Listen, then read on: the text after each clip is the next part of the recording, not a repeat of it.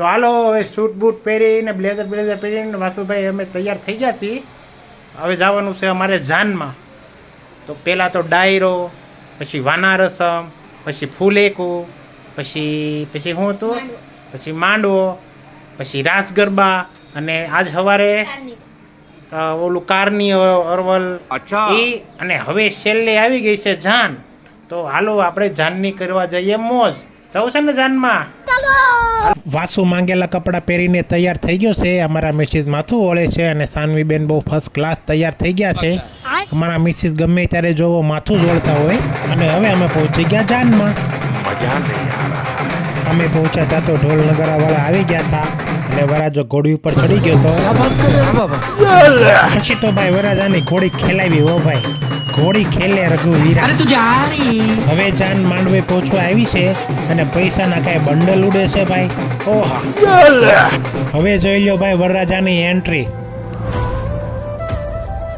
આ એન્ટ્રી એ તો રેકોર્ડ તોડી નાખ્યો, કેમ કે આમાં વરરાજો એની ઘરવાળીને પગે લાગે છે. ક્યાં વાત કર રહે બાબા? અત્યારથી જ નમી ગયો છે.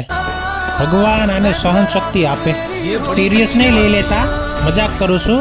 એ તો હાર પહેરવા હાટું ઝૂકી ગયો તો, અને ન કરે તે લગન પછી વાક ગમે એનો હોય, નમવું તો જેન્ટ્સને જ પડે છે. પછી એન્ટ્રી બાદ લગ્ન વિજય ચાલુ થઈ અને અમે શાંતિથી જોઈ રહ્યા. એક બાજુ લેડીઝ ને એક બાજુ જેન્ટ્સને બેસાડી દીધા.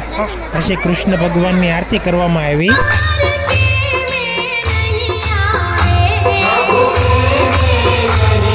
બાળકોના મનોરંજન માટે વાંદરાભાઈને પણ બોલાવવામાં આવ્યા હતા.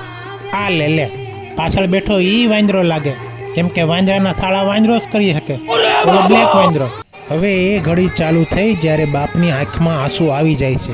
એક પિતા એ ક્યારેય પણ એની ફેમિલીને અહેસાસ નથી થવા દેતો કે એ દુઃખી છે, પણ આ એક એવો સમય છે જ્યાં પિતાની આંખમાં પણ આંસુ આવી જાય છે. હવે જાન પૌણીને ઘરે આવી ગઈ છે.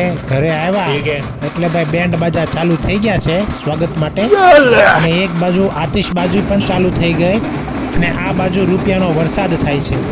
સવારે નકરા પેખડા હતા અને અત્યારે નકરો રૂપિયો તો ભાઈ હોય એ વાપરે અને ન હોય એ ગોતે.